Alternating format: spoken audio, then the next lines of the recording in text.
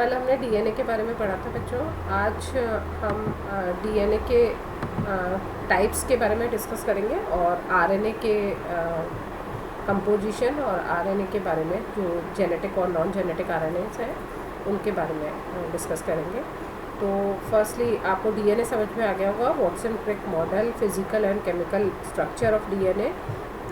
तो आपने जैसे बी डीएनए को एक आइडियल डीएनए की तरह से हमने पढ़ा है, क्योंकि बी डीएनए को सबसे ज़्यादा अमाउंट में न्यूक्लियस से ट्रेस किया गया है, यानी कि सबसे मैक्सिमम जो कंसंट्रेशन हमको मिलती है डीएनए की, दैट इज़ बी डीएनए। लेकिन इसका मतलब बिल्कुल ये नहीं था कि केवल बी डीएनए ही एक आइडियल स्ट्रक्चर है जो प्रेजेंट होता है न्यूक्लियस के अंदर।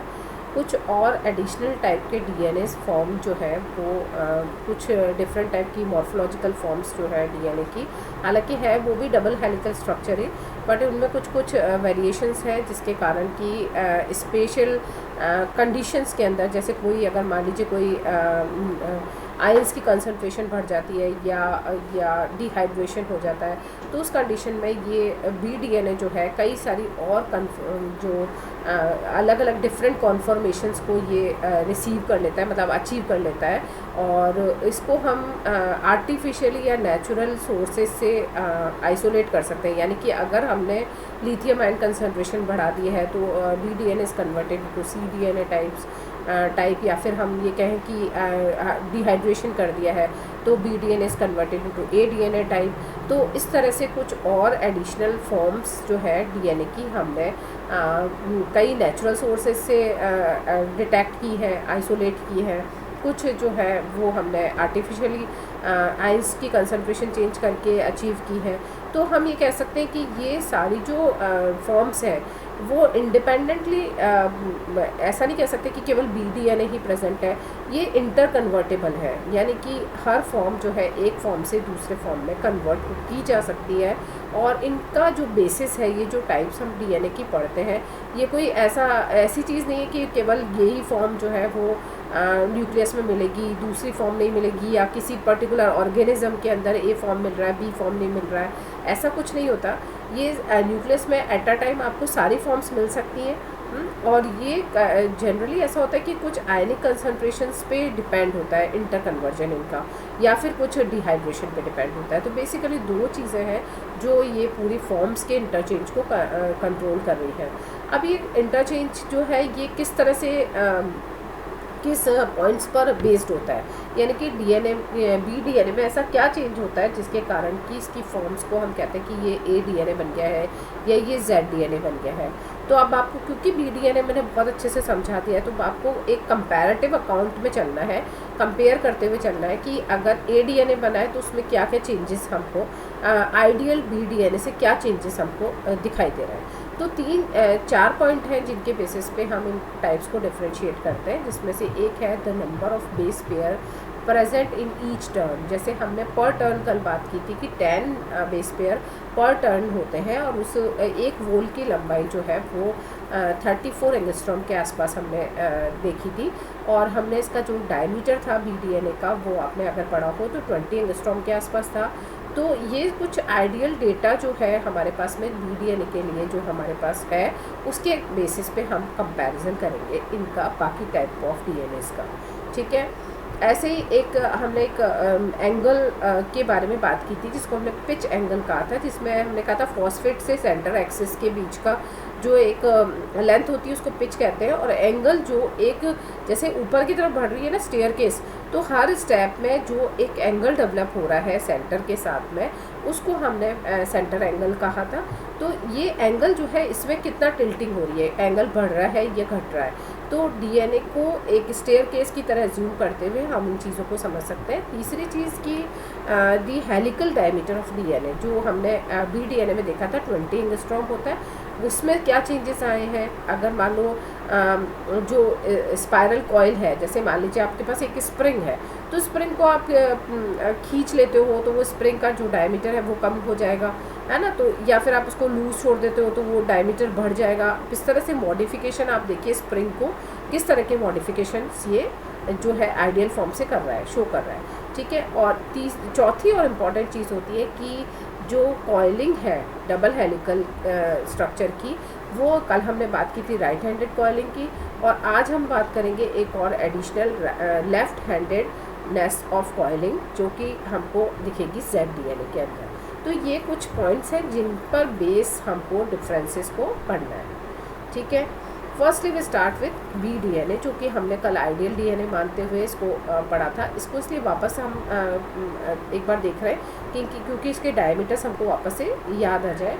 क्या क्या था इसमें? BDNA जो है ये नॉर्मल कंडीशन में हमको मिलता है पूरे फुल हाइड्रेटेड फॉर्म जो है, यानी न्यूक्लियस में जब वाटर बहुत ज़्यादा कंसनट्रेशन, पानी की कंसनट्रेशन, मॉइस्चर कंसनट्रेशन 90% है, तब हमको ये वेट फॉर्म मिलती है। वेट फॉर्म इसलिए फुल हाइड्रेटेड है ये, है ना, और बहुत लो सॉल्ट कंसनट्रेशन की जो कंडीशन है उसमें हमको BDNA फॉर्म मिलेगी ज़्यादातर। ये एक थिनर, टॉलर, और जैसा हमने देखा उसमें एक मेजर ग्रूव थी, माइनर ग्रूव थी, है ना, 34 एंगस्ट्रॉम की एक टर्न की लेंथ थी, और अगर हम पर टर्न बेस पेयर के बीच की दूरी देखें तो 3.4 एंगस्ट्रॉम थी।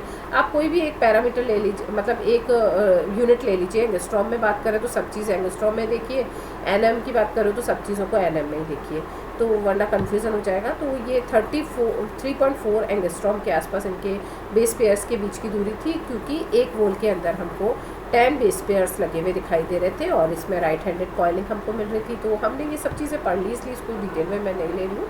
आगे बढ़ते हैं। इसमें मेन चीज़ जो आपको ध्यान रखनी है, ये है फुल्ली हाइड्रेटेड फॉर्म, जिसको हम वेट DNA कहते हैं, यानी सॉल्ट कंसनट्रेशन इस कंडीशन में काफ़ी लो है, ठीक है। 92% अगर रिलेटिव ह्यूमिडिटी है तो ऐसी कंडीशन के अंदर हमको BDNA मिलता है। अब ये आपको अच्छे से समझ में आता होगा कि किस तरह से हमने राइट हैंडेड और लेफ्ट हैंडेड को एक्सप्लेन करने की कोशिश की है। फिंगर के डायरेक्शन से हम इनको कैलकुलेट करते हैं। This is BDNA left handed DNA and this is the right handed DNA। अब हम फर्स्टली बात कर रहे हैं A फॉर्म की। A form also a right handed DNA form, जिसमें कि है तो ये राइट हैंडेड ही, लेकिन इसमें क्या हुआ है, पानी कम हो गया है, यानी कि डिहाइड्रेशन हो गया है। ये मोर कॉम्पैक्ट DNA फॉर्मेशन हुई है यहाँ पर। हम जब वाटर निकल गया है उसमें, तो कॉम्पैक्ट फॉर्मेशन जो हुई है उससे क्या हुआ है कि सॉल्ट कंसनट्रेशन बढ़ गई है, खासकर कि सोडियम आयंस की कंसनट्रेशन बढ़ गई है, और इसकी कॉइलिंग जो है वो और ज़्यादा कॉम्पैक्ट हो गई है ये राइट हैंडेड फॉर्म ही है ना। तो कॉम्पैक्ट और बल्की हो गया DNA, और इसमें क्या हुआ है कि जो हेलिक्स है उसकी जो ग्रूव्स थी उनमें चेंजेस हो गए, यानी कि उसका डिज़ाइन थोड़ा सा चेंज हो गया। शॉर्ट एंड वाइड जो हेलिक्स था ये ज़्यादा शॉर्ट हो गया, वाइड मतलब चौड़ाई ज़्यादा हो गई है इसकी, है ना। तो एक तरह से देखा जाए तो इसमें अब पर टर्न जो बेस पेयर की नंबर हो गई है वो 10 की जगह 11 हो गई है पर टर्न, और इसका जो डायमीटर जो कि वहाँ BDNA में था 20 एंगस्ट्रॉम, यहाँ पे 23 एंगस्ट्रॉम हो गया। तो अब आपको समझ में आ गया होगा, ज़्यादा मोटा हो गया ये, है ना, कॉम्पैक्ट हो गया, बल्की हो गया, और इसमें जो पैरामीटर्स में चेंजेस आए हैं वो आपको नोट करते जाना है कि बेस पेयर पर टर्न हो गए 11, और डायमीटर जो है वो इसका बढ़ गया 23 एंगस्ट्रॉम के आसपास हो गया, और हर नाइट्रोजन बेस के बीच की दूरी जो है वो करीब हो गई 2.7 एंगस्ट्रॉम के आसपास, जो कि होनी चाहिए थी 3.4 अकॉर्डिंग टू BDNA। तो इस तरह के ये डिफरेंसेस जो है वो टिल्टिंग और जो इसका कॉइलिंग का जो स्टेटस है उसके बेसिस पे ये हमको चेंजेस दिखाई दे रहे हैं। तो यहाँ पे जो है B फॉर्म जो है अब A फॉर्म में कन्वर्ट हो गई, यानी कि वो DNA जो कि B फॉर्म में प्रेजेंट थे डिहाइड्रेशन के बाद में कॉम्पैक्ट A फॉर्म में कंडीशन में कन्वर्ट हो गए हैं, यानी कि ड्राई कंडीशन में हमको A DNA ज़्यादा मिलता है। अगर हम आर्टिफिशियली भी इसको फॉर्म चेंज करवाना चाहते हैं तो हम ड्राई कंडीशन के अंदर इसको कन्वर्ट कर सकते हैं A DNA में, ठीक है।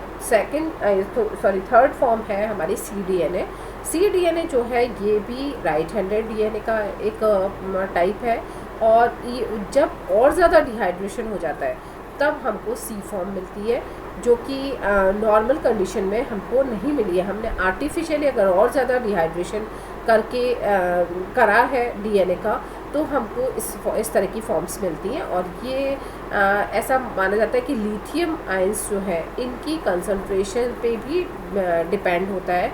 जब ह्यूमिडिटी 66% के आसपास हो जाएगी और लिथियम आयन की कंसंट्रेशन सॉल्यूशन ये न्यूक्लियस के अंदर बढ़ जाती है, ये 2 पॉइंट अगर हमारे अचीव होते हैं तो फिर हमको एक और अल्टरनेट फॉर्म मिलती है डीएनए की, that is known as C form of DNA. और इसमें हमको 9.3 बेस पेयर पर टर्न मिलेंगे, यानी कि जो होने चाहिए थे 10 बेस पेयर पर टर्न डीएनए के अकॉर्डिंग, यहाँ पर 9.3 बेस पेयर पर टर्न हो रहे हैं।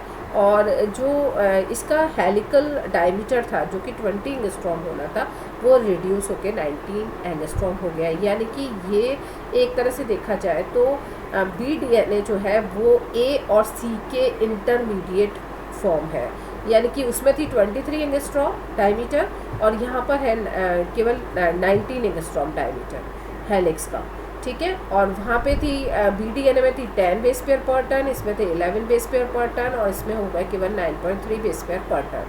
और टिल्टिंग और रिलेटिव एक्सिस जो है वो भी चेंज हो रहा है, ये ज़्यादा नैरोअर ज़्यादा नैरोअर हो गया, तो ये लेस कॉम्पैक्ट अपना जो मतलब कॉन्फ़िगरेशन जो है वो शो करता है, ठीक है। तो आपको जो मेन चीज़ इसमें याद रखनी है वो है लिथियम आयन कंसंट्रेशन की प्रेजेंस, और दूसरी ह्यूमिडिटी जो है वो अप्रॉक्स 66% के आसपास होगी, तब हमको सी डीएनए फॉर्म मिलेगी। नेक्स्ट इज़ डी डीएनए और ई डीएनए फॉर्म्स, जिनको कि आर्टिफिशियली हमने कंडीशंस प्रोवाइड करके डिटेक्ट किया है। नेचुरल जो न्यूक्लियस है उनमें सब में ये फॉर्म्स नहीं मिलती है। ये 2 डीएनए की राइट हैंडेड अल्टरनेट फॉर्म्स है ना, और हल्का हल्का सा इनमें वेरिएशन होता है। और ऐसा देखा गया है कि जब गुएनिन जो न्यूक्लियोटाइड है उनकी कंसंट्रेशन कम हो जाती है न्यूक्लियस के अंदर, तो डीएनए में केवल 80 बेस पेयरिंग ज़्यादा मिलती है। तो उस कंडीशन में हमको बी या ई फॉर्म जो है वो दिखाई देती है, ज़्यादा ऑब्जर्व होती है हमको। और इसमें न्यूक्लियोटाइड पर टर्न जो है केवल 7 to 8 न्यूक्लियोटाइड पर टर्न रह जाते हैं, और मतलब संख्या और घट गई है, यानी सी डीएनए के कंपैरेटिवली पर टर्न न्यूक्लियोटाइड्स की संख्या और कम हो गई, यानी और पतला होता जा रहा है, ठीक है। तो ये स्पेशल एनवायरमेंटल कंडीशन में ही दिखाई दे रहा है, यानी इन वीवो का मतलब होता है कि नेचुरल कंडीशंस में हमको ये डी फॉर्म या ई फॉर्म नहीं मिलती है नेचर में, ठीक है। ये केवल और केवल या तो हमको बैक्टीरियोफेज में मिली या फिर हम इसको आर्टिफिशियली ही डिटेक्ट कर पाएँ।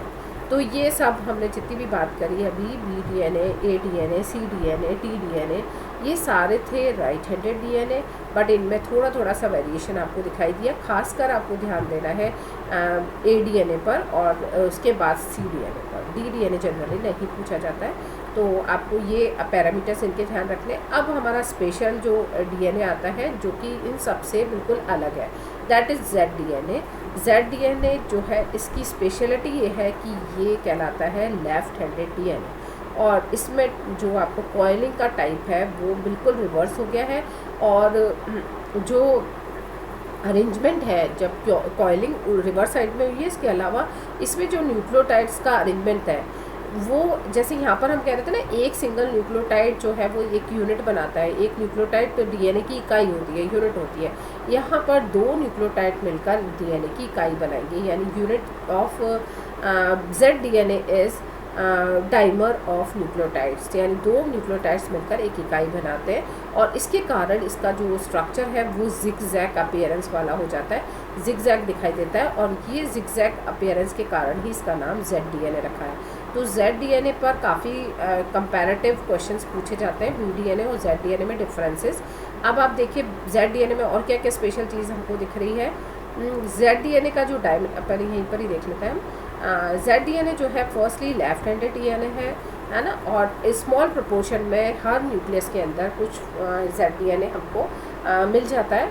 और ये जो है इसमें जो इसकी फॉस्फोडाइस्टर बैकबोन यानी शुगर फॉस्फेट जो बैकबोन बनी हुई थी वो जिगजैग कोर्स में अरेंज होती है, और जिसका कारण मैंने आपको बताया कि इसमें डाइमर जो है वो न्यूक्लियोटाइड यूनिट्स बना, मतलब न्यूक्लियोटाइड्स के डाइमर जो है वो इसकी यूनिट्स बना रहे हैं, इसलिए इसका एडजस्टमेंट शुगर एंड फॉस्फेट्स का जिगजैग मैनर में हो जाता है, इसलिए इसको हम ZDNA नाम देते हैं। ZDNA जो है इसको अलेक्जेंडर रिच ने डिस्कवर किया था, और ये सबसे ज़्यादा स्किनेस्ट यानी कि सबसे पतला फॉर्म है DNA का, जिसका डायमीटर सबसे कम है, यानी कि 19 जो कि हमने CDNA में देखा था उससे भी कम, ये 18 एंगस्ट्रॉम के आसपास इसका डायमीटर होता है, और इतना ज़्यादा पतला स्ट्रेच्ड फॉर्म है ये कि इसमें एक वोल में की जो लेंथ है 1 कंप्लीट हेलिक्स, उसके अंदर 45 एंगस्ट्रॉम लंबाई हो जाएगी, यानी एक जो वोल है उसकी लंबाई 34 के अगेंस्ट हमको 45 मिल रही है, जो कि सबसे इम्पॉर्टेंट इसका फीचर है। और ये इम्पॉर्टेंट फीचर इसलिए है क्योंकि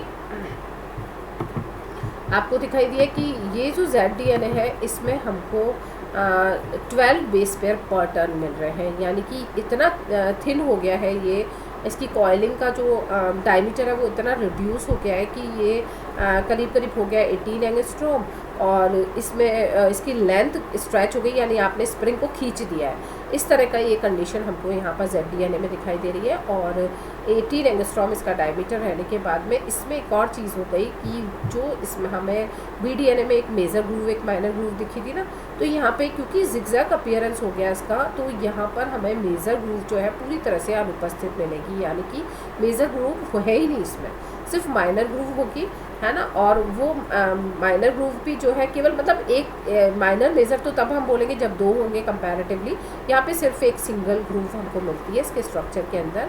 और ये जो है ZDNA काफ़ी छोटे लाइफ स्पैन वाला होता है, यानी कि लेस स्टेबल हम कह सकते हैं इसको, बहुत कम स्टेबल होता है ये। और ये जो है इसमें BDNA because the negative charge phosphate group lies closer and cause repulsion leading to conversion of ZDNA to the BDNA, यानी कि ये लाइफ स्पैन इसका इतना शॉर्ट होता है कि ये इमीडिएटली फॉस्फेट ग्रुप जो है इसकी रोटेशन फॉर्म को कन्वर्ट करके इसको BDNA में चेंज कर देते हैं, ठीक है।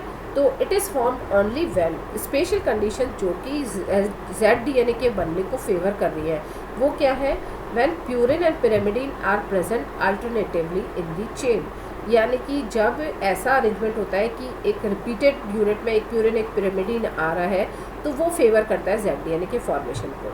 It's repeating units are dinucleotide, जैसा मैंने आपको बताया कि ये डाइमर इसका यूनिट होता है ZDNA का, तो ये डाई न्यूक्लियोटाइड्स है अगेंस्ट मोनोन्यूक्लियोटाइड एंड BDNA। तो ये एक डिफरेंस है इसमें जो हमको देखना है। ZDNA इज़ मोर कॉम्पैक्ट, है ना। मोर कॉम्पैक्ट का मतलब है कि इसकी डेंसिटी ज़्यादा हो गई है। ZDNA शुगर रेजिड्यूज है अल्टरनेट ओरिएंटेशन, और अल्टरनेट होने के कारण इसका Z फॉर्मेशन हमको दिखाई दे रहा है। और इसमें अगर हम हाई सॉल्ट कंसनट्रेशन को बढ़ा देते हैं तो ये ZDNA थोड़े टाइम के लिए स्टेबल हो जाता है, ठीक है। अगर हम BDNA को ब्रोमीन नेटेड कर देते हैं, ब्रोमीन या मिथाइलेटेड कर देते हैं, तब भी ये BDNA जो है ये इंटर कन्वर्ट हो जाता है ZDNA में। यानी कि अगर हमको आर्टिफिशियली ZDNA का फॉर्मेशन करना है तो हमको BDNA को ब्रोमिनेटेड या मिथाइलेटेड करना पड़ेगा, तो it will convert into ZDNA। तो देखिए बहुत कुछ कंफ्यूज होने की ज़रूरत नहीं है, सिर्फ आपको बेसिक चीज़ें आपको देखनी है ZDNA के केस में। ZDNA देखो एक तो कम लाइफ स्पैन वाला है, कम जगह मिलता है, कम कंसंट्रेशन में न्यूक्लियस में मिलेगा, स्पेशल कंडीशंस में मिलेगा। स्पेशल कंडीशन जबकि प्यूरिन पिरिमिडीन अल्टरनेट करके एक डाइमर बना रहे हैं, और वो डाइमर जो है उसके फॉर्मेशन के कारण जो ZDNA है उसका यूनिट हो जाता है डाइमर, जिसके कारण जिगजैग अपीयरेंस इसकी हो जाती है, ठीक है। तो ये पॉइंट्स आपको ध्यान में रखते हुए फिर इसके पैरामीटर्स आप ध्यान रख लीजिए कि एक वोल की लंबाई 45 एंगस्ट्रॉम हो गई, जो कि हाईएस्ट है अभी तक की जितने टाइप आपने पढ़े उनमें। और दूसरी बात जो है इसका जो डायमीटर था वो BDNA के कंपैरेटिवली रह गया 18 एंगस्ट्रॉम, जो कि सबसे लेस है। यानी दोनों चीज़ में एक्सट्रीम मिला है हमको। जो एक वोल है एक चक्कर की लंबाई वो 45 एंगस्ट्रॉम हाईएस्ट है, और सबसे लोएस्ट डायमीटर है यानी 18 एंगस्ट्रॉम, और पर टर्न बेस पेयर की लेंथ नंबर जो है वो भी 12 एंगस्ट्रॉम हो गई है। बाकी आपको इतना ज़्यादा डिटेल्स में नहीं जाना है। ड्रोसोफिला में हमको ZDNA की अपीयरेंस सबसे पहले नेचुरली मिली थी, ये आपको ध्यान रखना है। बाकी आप इंटर कन्वर्जन पे मत जाइए। इसका यूज़ क्या है, क्यों सेल जो है वो ZDNA फॉर्म में कन्वर्ट होती है। तो इसका एक्सप्लेनेशन अलेक्जेंडर रिच ने ऐसे दिया था कि जब ZDNA का फॉर्मेशन होता है तो ZDNA फॉर्म में कुछ रेगुलेटर प्रोटीन्स आके आराम से बाइंड हो जाते हैं, यानी जो रेगुलेटर प्रोटीन्स BDNA पे इजीली बाइंड नहीं हो पा रहे थे वो ZDNA पे इजीली बाइंड हो जाते हैं, और वो रेगुलेटर प्रोटीन्स का काम होता है उस पर्टिकुलर जीन को टर्न ऑफ कर देना। यानी अब आपको ये तो समझ में आ ही गई होगी कि व्हाट इज़ जीन। DNA का वो पार्ट जिसको हमें ट्रांसक्राइब करना है और उसके आधार पे प्रोटीन्स बनाना है, उसके बेसिस पे प्रोटीन्स बनाना है, वो एक जीन होता है। तो पर्टिकुलर जीन को कब टर्न ऑफ करना है, कब टर्न ऑन करना है, ये जो अगर कंट्रोलिंग हम देखें तो ये ZDNA फॉर्म जो है ये फंक्शनली एक्टिव नहीं होती है ना, यानी कि जीन जो है वो टर्न ऑन नहीं होएगा, है ना। तो जब तक उसको बंद रखना है जीन को, तो वो क्या करता है ZDNA फॉर्म बना लेता है अपनी, जिससे वो रेगुलेटर प्रोटीन उस पर अटैच हो जाते हैं और रेगुलेटर प्रोटीन उसको स्विच ऑफ रखते हैं तब तक जब तक कि उस जीन की पर्टिकुलरली ज़रूरत नहीं है। तो ऐसे एक तरह से देखा जाए तो ZDNA फॉर्म जो है या ZDNA कॉन्फर्मेशन जो है वो एक तरह से क्या काम कर रहा है, रेगुलेशन का काम कर रहा है। तो समझ में आई बात। ये हमारा हुआ DNA के टाइप्स। इसको बहुत सिंप्लीफाई वे में टेबल में दिया हुआ है, सारे पॉइंट्स आपको नहीं याद रखने हैं, जो चीज़ें आपको याद हो जाए वो बहुत ही बढ़िया है। कि देखिए डायरेक्शन ऑफ रोटेशन आपको याद हो जाएगा, अपीयरेंस, अब ये तो दोनों राइट हैंडेड थे ना, जनरली A, B और ZDNA में डिफरेंस पूछा जाता है, कभी कभी आपसे B और ZDNA में डिफरेंस पूछा जाएगा, A में भी नहीं। तो आपको एक जनरल आइडिया यहाँ पे रख के चलना है, और ये अगर आपको टेबल भी याद हो जाती है तो काफ़ी कुछ पॉइंट्स आपके यहीं पे कवर हो रहे हैं। अपीयरेंस वाइज देखा जाए तो ये तो लॉन्ग और थिनर था BDNA हमारा, जो नेचुरल BDNA था, और ZDNA जो है कंपैरेटिवली लॉन्ग और थिन था, है ना, इसके कंपैरेटिवली, ठीक है। और ये वाला जो है जो ADNA, इसका डायमीटर ज़्यादा था, आपको बताया था मैंने कि ये 23 एंगस्ट्रॉम के आसपास था इसका डायमीटर। तो यहाँ पे इसकी विड्थ या डायमीटर 23 एंगस्ट्रॉम है, ये 20 एंगस्ट्रॉम है, ये 18 एंगस्ट्रॉम है। यहाँ पे बेस पेयर पैटर्न को अगर देखें तो ADNA में 11 थे, BDNA में 10 थे और ZDNA में 12 थे। फिर length of coiling 34 angstrom ADNA में थी, करीब मतलब इसमें केवल एक ही न्यूक्लियोटाइड बढ़ा था ना, तो करीब 34 या 34.5 के आसपास हुई थी, ये गलत लिखा हुआ है, ध्यान नहीं देना। फिर इसके बाद ये BDNA है, ये 34 एंगस्ट्रॉम का था, ये हमें पता ही है, और ZDNA जो है इसका पर हेलिक्स टर्न जो लेंथ है वो 45 एंगस्ट्रॉम है। अब है डिस्टेंस बिटवीन एडजेसेंट न्यूक्लियोटाइड, तो हमने जब कैलकुलेट किया था तो ये 3.4 था, और यहाँ पे ADNA में 2.7 रह गया था, इनकी लेंथ घट गई थी बिकॉज यहाँ पर नंबर ऑफ न्यूक्लियोटाइड बढ़ गया था, है ना। और यहाँ पे क्योंकि इसकी लंबाई बढ़ गई है, पर वोल 45 एंगस्ट्रॉम हो गया है, तो इनके बीच में गैप जो है वो 3.75 के आसपास पहुँच गया है, ठीक है। यहाँ पे अगर हम देखें मेजर ग्रूव माइनर ग्रूव को, तो इनमें क्या क्या चेंजेस हो रहे हैं, यहाँ पर तो आपको पता ही है कि केवल एक ही ग्रूव मिलेगी आपको, है ना। यहाँ पे कोई वेरिएशन आपको ग्रूव्स में नहीं मिलेगा। तो flattened out on helix surface, यानी ग्रूव है ही नहीं, और extremely narrow and very deep जो है आपको एक ग्रूव मिलेगी, जिसको आप माइनर ग्रूव कह सकते हैं। बाकी इन दोनों में नॉर्मल ग्रूव्स मिल रही हैं, थोड़ा बहुत इनमें आपस में थोड़ा सा डिफरेंस आपको दिखाई दे रहा है ना। इसके अलावा आप चाहें तो ये वाले लास्ट के 9 to 12 पॉइंट्स आप करें, क्योंकि इसमें इनके 3D पैरामीटर्स के अकॉर्डिंग इन्होंने कुछ जो एंगल्स बन रहे हैं उनके बारे में एक्सप्लेन करने की कोशिश की है, तो वो हम याद हो जाए तो बहुत ही बढ़िया है, नहीं तो कोई बात नहीं, इसको छोड़ दीजिएगा। रोटेशन पर बेस पेयर वगैरह जो है ये 3D स्ट्रक्चर के बेसिस पे यहाँ पे इन्होंने कैलकुलेट किया है। बाकी जो आपने 8 पॉइंट्स जो लर्न किए वो काफ़ी है, सफिशिएंट है। अब हम आ जाते हैं इसके डीनेचुरेशन और हाइड्रेशन पे। तो देखिए DNA जो है इसको जब भी हमको ट्रांसक्रिप्शन में यूज़ करना है, यानी कि इससे हमको RNA बनाना है, तो हमको डीएनए के डबल हेलिकल स्ट्रक्चर को ओपन करके उसको सिंगल जो स्ट्रैंड में कन्वर्ट करना होता है। तो यहाँ पे हम एक टर्म पढ़ रहे हैं that is known as denaturation and again renaturation. What is denaturation? Denaturation का एक प्रोसेस है जिसमें कि हम डीएनए की डबल हेलिकल स्ट्रक्चर को जो है वो सिंगल स्ट्रैंड्स में कन्वर्ट करते हैं, क्योंकि इतनी ज़्यादा इसमें कॉइलिंग मिल रही है तो इनको बहुत ब्रेक करना और आइसोलेट करना दोनों चेन्स को बहुत टफ होता है। तो हम एक डीनेचुरेशन के प्रोसेस करते हैं जिसको हम मेल्टिंग प्रोसेस भी कहते हैं। और ये मेल्टिंग का प्रोसेस जो है वो उसके लिए हमको स्पेशल कंडीशंस प्रोवाइड करनी पड़ती है डीएनए को, जिसमें कि एक है कि अगर हम टेम्परेचर इंक्रीज़ कर देते हैं तो न्यूक्लियोटाइड्स के बीच में, कॉम्प्लीमेंट्री न्यूक्लियोटाइड्स के बीच में जो हाइड्रोजन बॉन्ड्स हैं वो ब्रेक हो जाते हैं। दूसरा तरीका है कि हम सॉल्ट कंसनट्रेशन को डिक्रीज़ कर देते हैं, है ना।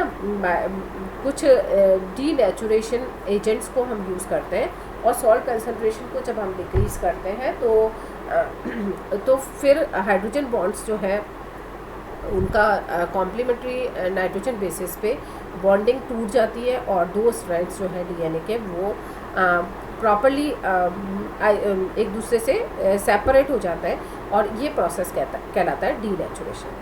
अब क्यों पढ़ना है भाई डीनेचुरेशन? क्योंकि जब तक डीएनए डबल हेलिक्स का स्ट्रक्चर कन्वर्ट नहीं होता सिंगल स्ट्रैंड के अंदर, तब तक वो डीएनए जो है वो ट्रांसक्रिप्शन करेगा ही नहीं। उसके जीन्स की जो इन्फॉर्मेशन है उसको डिकोड करना बहुत मुश्किल होता है। और ये जब हमने पढ़ा था हेट्रोक्रोमेटिन, तब भी आपको समझाया था मैंने कि जितना ज़्यादा हाईली कॉइल्ड फॉर्म होगी तब तक डीएनए जो है वो फंक्शनल नहीं होता है। तो फंक्शनल नहीं होता है तो फिर यूज़लेस है। तो उस केस में हमको जब भी डीएनए के ऊपर उपस्थित जीन्स को हमको एक्टिवेट करना होता है, उनको फंक्शनल में कन्वर्ट करना होता है, तो हम उनको क्या करते हैं, डीनेचर करते हैं डीएनए को, जिससे कि वो ओपन हो जाएंगे और अपने ऊपर जो इन्फॉर्मेशन कोडेड है उनको हम ओपनली उनको रीड करने के लिए आरएनए सिंथेसिस के लिए यूज़ करना पॉसिबल होगा। ठीक है। Since the two strands of DNA molecule are held together by weak hydrogen bonds, these get separated easily. ठीक है। लेकिन हम ये नहीं चाहते कि डीएनए का जो प्रॉपर पॉलीन्यूक्लियोटाइड चेन है वो भी ब्रेक हो, तो इसलिए हम डीनेचुरेशन का प्रोसेस यूज़ करते हैं, है ना। तो इफ़ नेटिव डीएनए मॉलिक्यूल, जैसे जो कि डबल स्ट्रैंडेड डीएनए मॉलिक्यूल है, वो हीट किए जाते हैं 100 डिग्री सेंटीग्रेड पर, तो हाइड्रोजन बॉन्ड्स जो है नाइट्रोजन कॉम्प्लीमेंट्री नाइट्रोजन बेसिस के बीच में जो कि एंटी पैरेलल पॉलीन्यूक्लियोटाइड चेन्स पे प्रेजेंट है वो सेपरेट हो जाते हैं और इस प्रोसेस को डीनेचुरेशन कहते हैं। और ऐसा डीएनए जो है वो कहलाता है डीनेचर्ड डीएनए। जब भी आपने जो अपनी लाइफ में ऐसे टर्म सुनी होंगी जैसे फिंगर प्रिंटिंग करते हैं, जिससे कि पेरेंटल डिस्प्यूट्स है या कोई इस तरह के क्राइम्स होते हैं, तो उसके लिए जो डीएनए को लिया जाता है, डीएनए को फिर हम मैच कराते हैं, है ना। तो वो मैचिंग का प्रोसेस भी किससे होगा? जब तक आप डीएनए के जो सैंपल्स हैं उनको डीनेचर नहीं करेंगे, वो आपस में कॉम्प्लीमेंट्री न्यूक्लियोटाइड आमने सामने नहीं होंगे, तो मैचिंग का प्रोसेस कंप्लीट नहीं होता। तो वहाँ भी हम आर्टिफिशियली डीनेचुरेशन का प्रोसेस जो है वो करते हैं। और डीनेचुरेशन के लिए जो कुछ केमिकल्स को भी हम यूज़ करते हैं जो कि इन हाइड्रोजन बॉन्ड्स को तोड़ देते हैं, वीक, और जो हाइड्रोफोबिक इंटरेक्शन डीएनए को स्टेबलाइज कर रहा है उसको भी तोड़ देते हैं, उनको हम डीनेचुरेंट कहते हैं। और ये जो प्रोसेस है मेल्टिंग का, यानी डीएनए को ब्रेक करने के लिए जितना हमको टेम्परेचर देना है, उस टेम्परेचर का मिड पॉइंट जो होता है, यानी कि फुल जब ये मेल्ट हुए उससे पहले मिड पॉइंट जो है उसको हम कहते हैं टीएम। ठीक है। तो the mid point of this range is called melting temperature या टीएम। और ये जो है डिपेंड करता है कि किस तरह के बेस कंपोजिशन का डीएनए है। अगर वो डीएनए जीसी रिच है तो वो base pair melts at a high temperature. अगर जीसी ज़्यादा है उसमें तो वो ज़्यादा स्टेबिलिटी शो करता है। अगर 80 ज़्यादा है तो वो ज़्यादा मतलब कम टेम्परेचर पे ही मेल्ट हो जाएगा। तो ये भी एक बेसिस है जिससे कि हम डीएनए का जो कंपोजिशन है उसको भी डिटेक्ट कर सकते हैं कि भाई अगर मान लो ज़्यादा मेल्टिंग टेम्परेचर आ रहा है तो इसका मतलब जीसी रेशो ज़्यादा है, यानी वो प्रिमिटिव डीएनए है। ठीक है। अब ठीक है, आपने डीनेचर करना समझ लिया। अब क्या करना है हमको कि अब हम इसको अगर रिवर्स करें, इस प्रोसेस को पूरा हम रिवर्स करें, जहाँ हमने टेम्परेचर बढ़ाया था हम टेम्परेचर को कूल करना शुरू करते हैं, तो ये प्रोसेस जो है रिवर्ट हो जाता है, जस्ट अपोजिट हो जाता है, और इसको हम कहते हैं रीनेचुरेशन या रीएनेलिंग। ठीक है, रीएनेलिंग या रिकन्स्ट्रक्शन या रीनेचुरेशन। और इसको पूरी तरह से एक्सप्लेन किया था मार्मर, एक साइंटिस्ट थे जिन्होंने हार्वर्ड यूनिवर्सिटी में इसको इस प्रोसेस को यूज़ किया हाइब्रिडाइजेशन प्रोसेस में, जहाँ पे कि डीएनए के दो अलग अलग स्ट्रैंड्स को, दो अलग अलग सूत्रों को लेके आपस में कंबाइन करवा के एक हाइब्रिड डीएनए बनाया। वो हाइब्रिड ऐसे बनाया कि एक स्पीशीज़ का मान लो एक डीएनए स्ट्रैंड ले लिया, दूसरी स्पीशीज़ का दूसरा डीएनए स्ट्रैंड ले लिया, और उनको रीएनेलिंग कराई उसकी, और रीनेचर कराया। मतलब पहले तो ब्रेक करके उनको अलग अलग कर लिया था, फिर एक एक स्ट्रैंड को लाके और उन्होंने कूलिंग करके पास पास उनको जोड़ने की कोशिश की। तो अगर वो कॉम्प्लीमेंट्री हैं, एक दूसरे से संबंधित है, एक दूसरे से रिलेटेड है, तो वो इजीली कंबाइन कर लेंगे, है ना। यही प्रोसेस को हम यूज़ करते हैं फिंगरप्रिंटिंग में। ठीक है, तो यहाँ पे अगर मान लो जैसे डॉटर का मतलब जो ऑफस्प्रिंग है उसका आपने डीएनए लिया है, यानी कि जो एक तो फादर का पेरेंट का लिया और एक जो बच्चा है उसका डीएनए लिया है, और उसको आपस में आपने रीएनेलिंग के लिए छोड़ा है, तो ओबियसली अगर पेरेंटल डिस्प्यूट है तो वो जो डीएनएस हैं वो कंबाइन करेंगे पेरेंट के और ऑफस्प्रिंग के। तो इस मेथड को हम यूज़ करते हैं, और इस प्रोसेस को हम कहते हैं डीनेचुरेशन एंड रीनेचुरेशन प्रोसेस। तो इसकी टैक्सोनॉमिक इम्पोर्टेंस रहती है। ठीक है, ये प्रोसेस बताया हुआ है कि डीएनए जो है डबल हेलिक्स है, इसको हमने डीनेचर करके सेपरेट कर लिया और इसको सिंगल स्ट्रैंडेड डीएनए में कन्वर्ट कर लिया। ये फंक्शनली एक्टिव हो गया है, और अगर इन केस हमको वापस इसको रीनेचुरेशन करना है तो हम इसको कूलिंग करेंगे, और ये डीनेचर हमने डीएनए मिल गया हमको। ठीक है, तो ये कुछ प्रोसेस थे जिसमें कि हमने एक डीनेचुरेशन रीनेचुरेशन का प्रोसेस पढ़ा। Now we come to RNA. RNA जो है ये, इसके बारे में हमने पहले भी डीएनए के साथ साथ भी कुछ डिस्कशंस कर लिए थे। आरएनए और डीएनए में बेसिक डिफरेंस ये होता है कि जो आरएनए है वो सिंगल स्ट्रैंडेड होगा, और जैसा कि अभी आपने रीनेचुरेशन में डीएनए देखा था ना, बनाया था आपने सिंगल स्ट्रैंडेड, आरएनए हमेशा सिंगल स्ट्रैंडेड ही होता है, उसमें ये कॉइलिंग नहीं मिलेगी आपको। दूसरी बात, आपको आरएनए में क्या डिफरेंस दिखा था कि आरएनए में थी राइबो शुगर, डीएनए में थी डीऑक्सी राइबो शुगर। ठीक है, तीसरी बात हमने जो डीएनए आरएनए में देखी थी वो थी यूरेसिल की प्रेजेंस, यानी कि यूरेसिल जो है थाइमिन की स्थान पे अगर मिलता है तो इसका मतलब कि वो आरएनए सिंगल स्ट्रैंड है। बाकी इनमें ऐसा कोई डिफरेंस नज़र नहीं आता है, बिकॉज कि दोनों में जो यूनिट है, जो इकाई है, वो होती है न्यूक्लियोटाइड, यानी दोनों ही न्यूक्लियोटाइड से बने हुए होते हैं, यानी कि दोनों पॉलीन्यूक्लियोटाइड चेन्स होते हैं।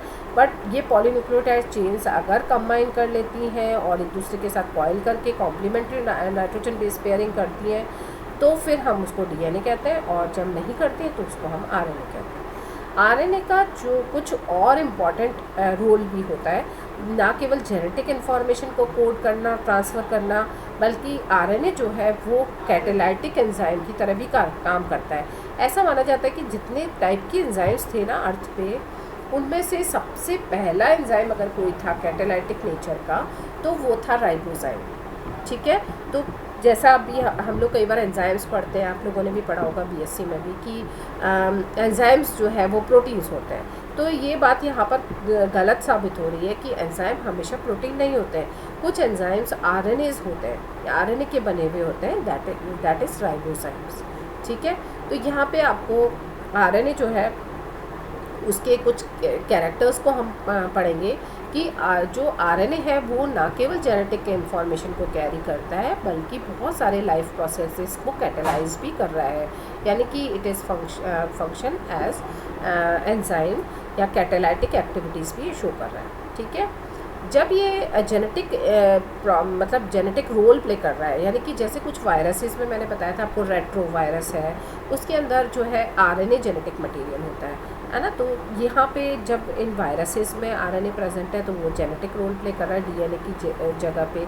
और दूसरा काम क्या करता है आरएनए कई बार जो डीएनए रेप्लिकेशन का प्रोसेस होता है उसको इनिशिएट करता है आरएनए, यानी वहाँ पर आरएनए का अपना एक रोल होता है। अभी आप रेप्लिकेशन जब पढ़ेंगे तब आपको समझ में आएगा कि व्हाट इज़ आरएनए प्राइमर, यानी अगर डीएनए को अपने खुद को रेप्लिकेट करना है तो भी हमको आरएनए की ज़रूरत पड़ती है।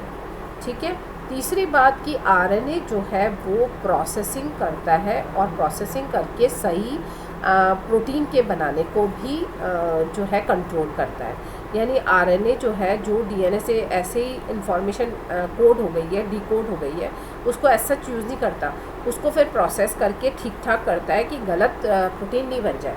तो आरएनए की यहाँ भी इम्पोर्टेंस आपको दिखाई दे रही है। और चौथी बात मैंने आपको बताई थी कि आरएनए ऑल्सो एक्ट एज राइबोसाइम, यानी कि आरएनए जो है एक एंजाइम की तरह बायोलॉजिकल फंक्शन जो है वो परफॉर्म कर रहा है।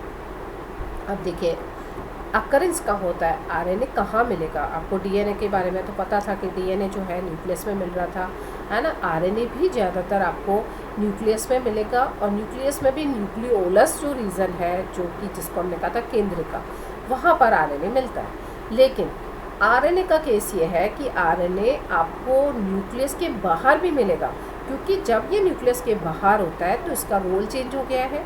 फिर इनमें से अदर देन जेनेटिक फंक्शन ये कब परफॉर्म करेगा, ये प्रोटीन सिंथेसिस में यूज़ होगा या तो कोई और फंक्शन कर रहा होगा, तो ये साइटोप्लाज्म में भी फ्रीली हमको मिल जाता है। ठीक है। साइटोप्लाज्म में कहाँ पे मिलेगा? अब साइटोप्लाज्म में अगर आपको राइबोजाइम की फॉर्म में मिलना है तो ये फ्री मिल रहा है आपको साइटोप्लाज्म में, वरना ज़्यादातर आरएनए जो है वो राइबोसोम्स, जानते हैं आप, राइबोसोम्स होते हैं प्रोटीन सिंथेसिस की यूनिट, है ना। तो राइबोसोम्स में जाके ये राइबोसोम्स को फॉर्म करने में यूज़ होते हैं। और ये आपको अच्छे से याद है, अगर आपने राइबोसोम ध्यान से पढ़े हैं तो आपको पता है कि राइबोसोम जो है वो बने होते हैं आरएनए और प्रोटीन के। हमने पढ़ा था 30S 50S सब यूनिट्स, फिर हमने यूकैरियोट्स में पढ़ी थी 40S 60S सब यूनिट्स, और इनका जब कंपोजिशन पढ़ा था तो हमने उसमें लिखा था हर जगह कि 23S 28S 5S RRNA हर जगह RRNA लिखा था हमने। अगर आपने नहीं पढ़ा तो फिर से आप राइबोसोम पढ़ लीजिएगा तो आपको समझ में आ जाएगा कि मैक्सिमम अमाउंट ऑफ आरएनए जो है वो राइबोसोम्स में प्रेजेंट होता है। ठीक है।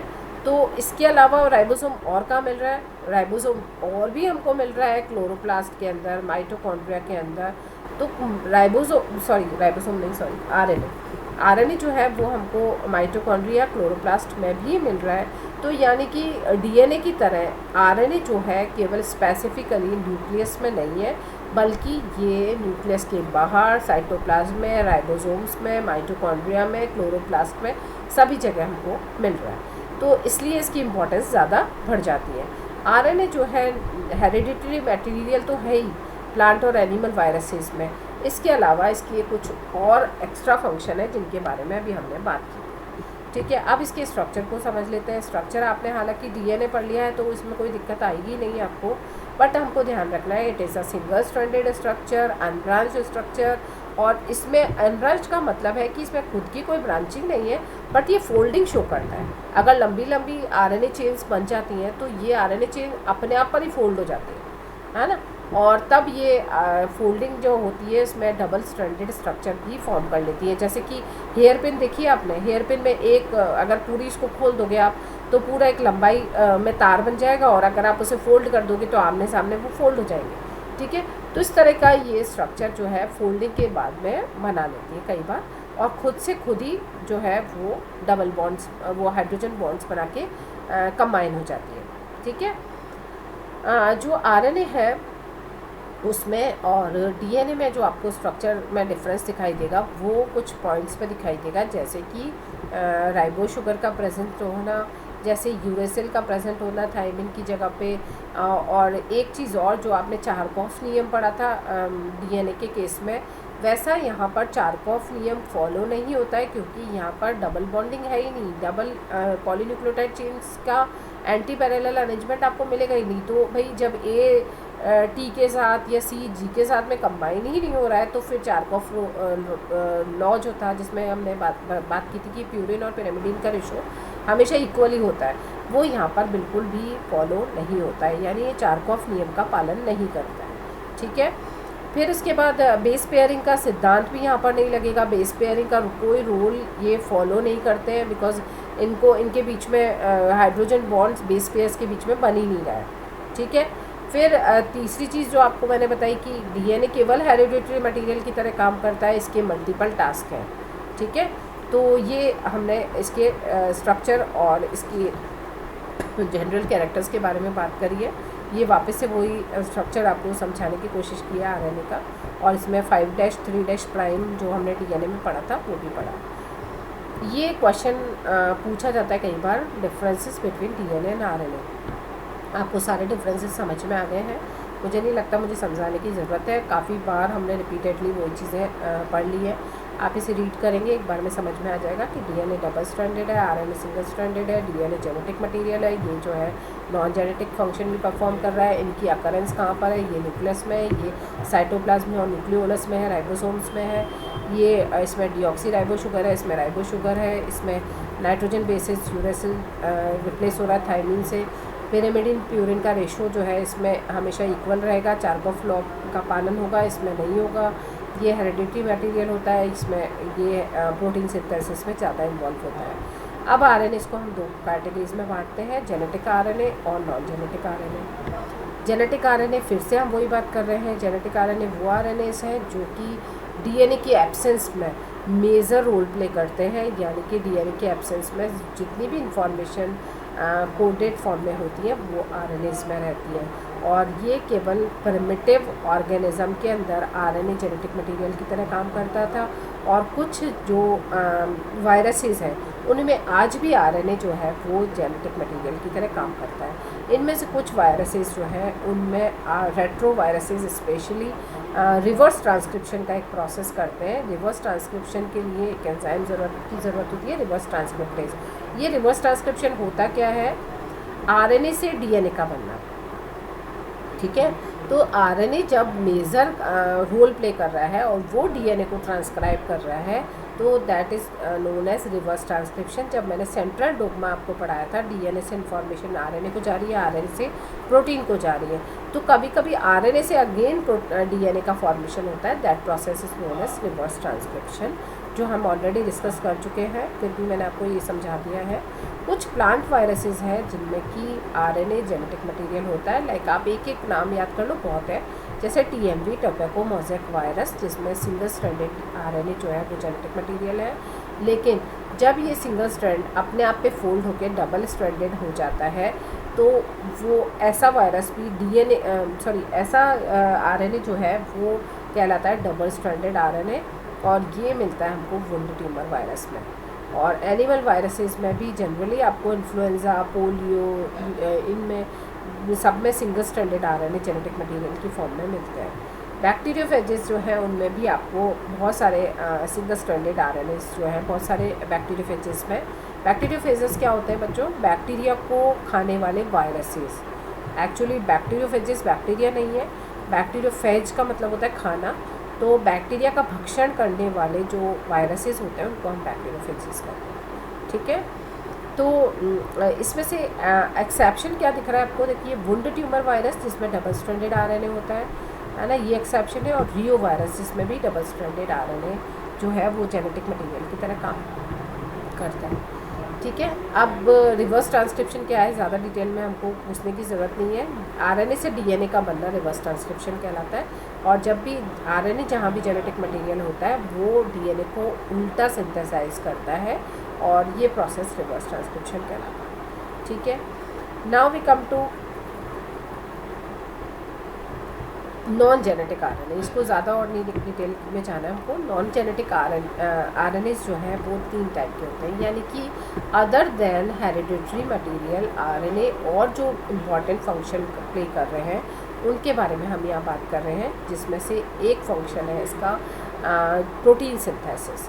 अब प्रोटीन सिंथेसिस के लिए हमको आरएनएस की ज़रूरत होती है, और आरएनए 3 तरह का रोल यहाँ पर प्ले करते हैं, जिनको हम नॉन जेनेटिक आरएनए की कैटेगरी में रखते हैं। ये नॉन जेनेटिक आरएनए 3 टाइप के हैं, यहाँ आपको दिखाई दे रहा है। मैसेंजर आरएनए जिसको हम कहते हैं एमआरएनए, राइबोसोमल आरएनए जिसको हम कहते हैं आरआरएनए, एंड ट्रांसफर्स आरएनए जिसको हम कहते हैं टीआरएनए।